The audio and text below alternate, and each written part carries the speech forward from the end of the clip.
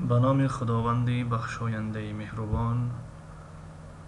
سلام برادران و خواهران گرامی، هموطنان ارجمند،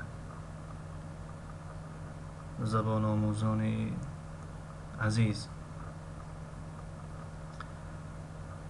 درس یکم است از سلسله درس های روسی برای نوآموزان. الفبای زبان روسی: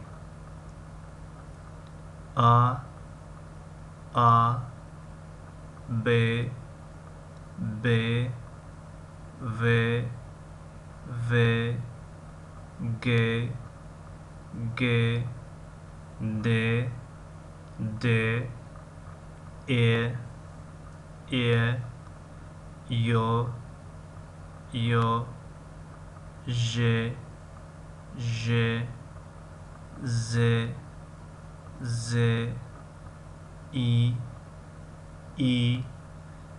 کراتکه ک ک ال ام ان او پ ار اس ت او اف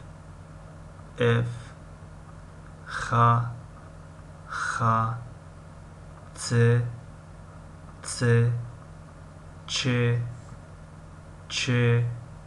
ش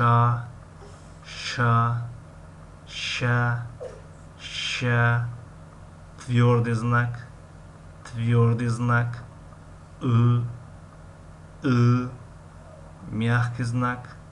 мягкий знак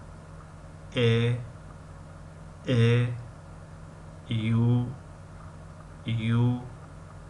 я.